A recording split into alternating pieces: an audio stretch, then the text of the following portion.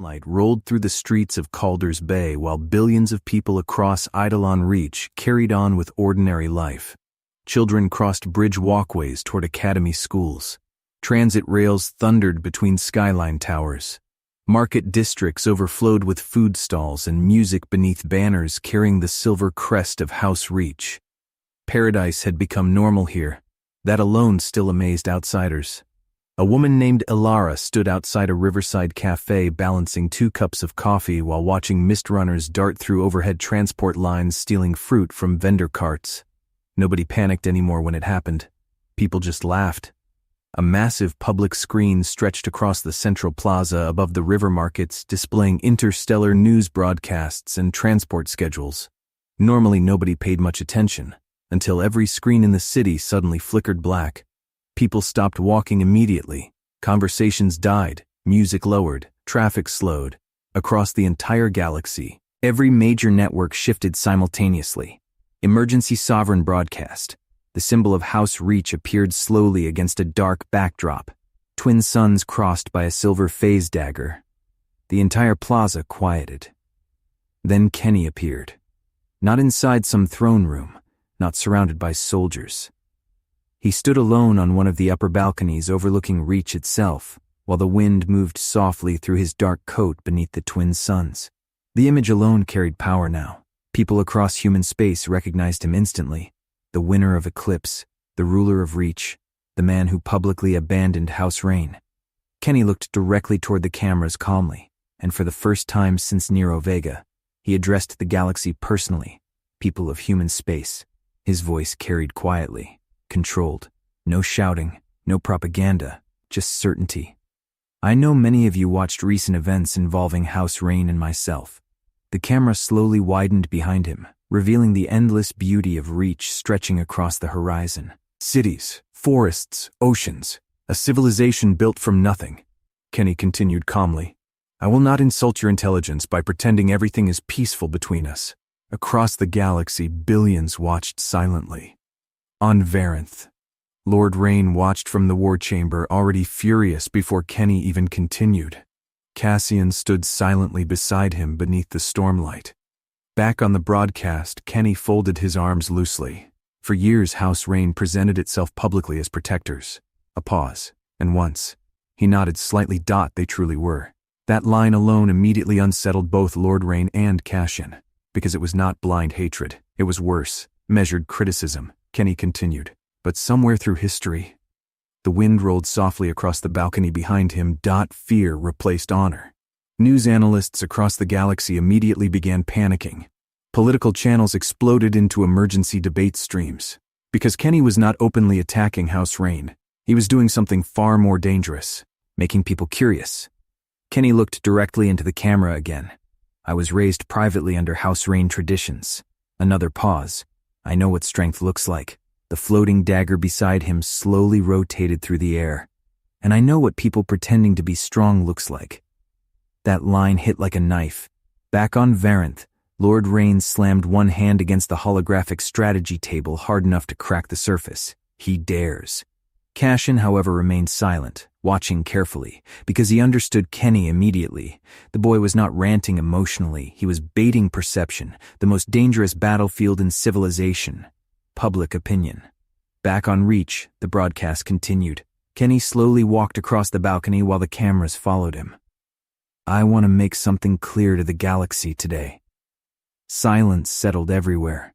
House Reach banners moved softly behind him in the wind. I will not declare war on House Rain.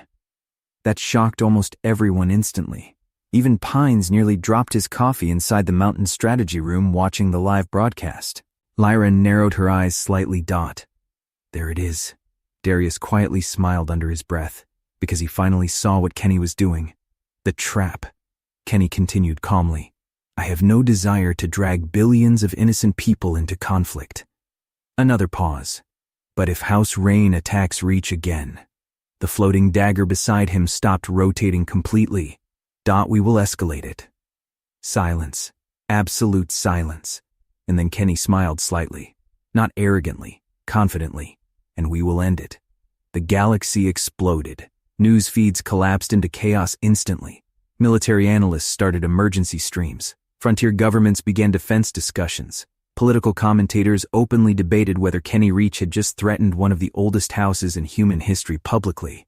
And the terrifying part? He sounded completely certain he would win. Back on Varanth, the war chamber erupted. Lord Rain spun toward Cassian furiously.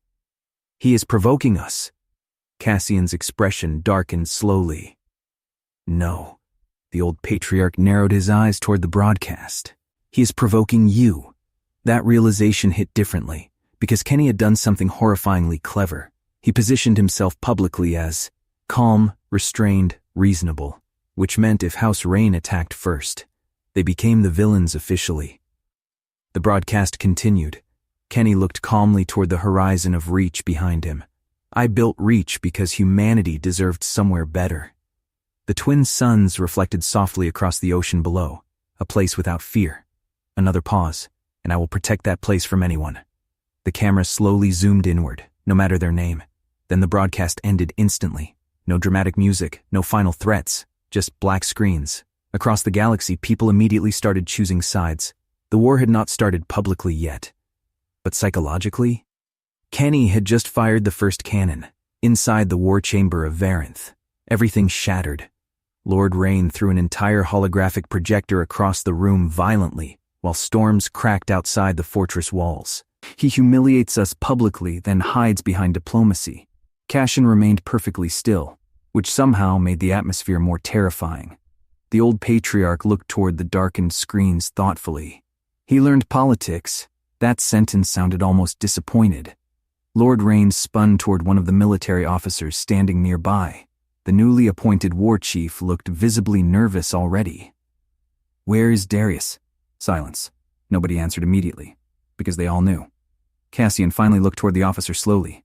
He defected. The war chief swallowed hard. "We suspected as much." Lord Rain looked genuinely furious now. "My own brother." Cassian, however, looked almost coldly amused. "I warned you years ago." The old patriarch folded his scarred hands behind his back. Darius cared about people. Another lightning flash illuminated the chamber violently. "You thought that made him weak." The war chief attempted speaking carefully. "Perhaps we should prepare an immediate military response against Reach before." Cassian cut him off instantly. "No." The old patriarch looked toward the officer sharply enough to silence the entire room. "He wants us emotional." Another pause. "He wants us reckless." Lord Rain, however, was already too angry to think clearly now. "Open communication channel." The war chief blinked once. Immediately. Moments later, the holographic systems activated.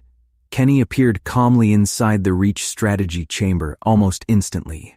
Lyra stood nearby. Pines leaned against the wall, grinning already, and Darius stood openly beside Kenny wearing House Reach colors.